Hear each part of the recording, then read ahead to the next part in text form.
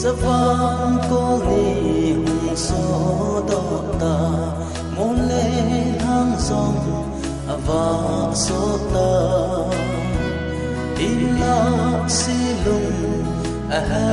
halin kol mai so mai ikim ta o he lung hal bana di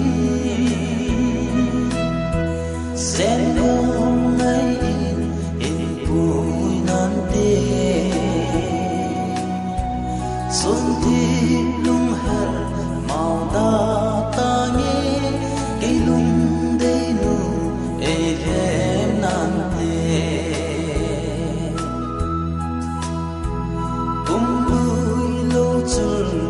ka ka chi le ba hu ham in ke lung ale ka khan lui chen a hung lang nge zai tha nem in ka ham zo po o he lung hal pa na di sen gol ngai in pui nan te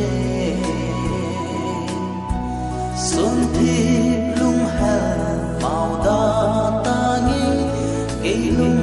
de nu e hem nan te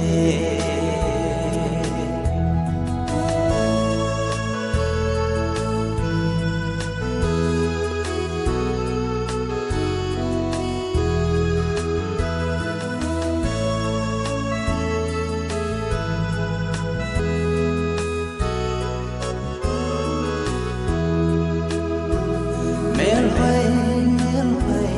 e pang don di nang te lo in ka lung aleng nei hung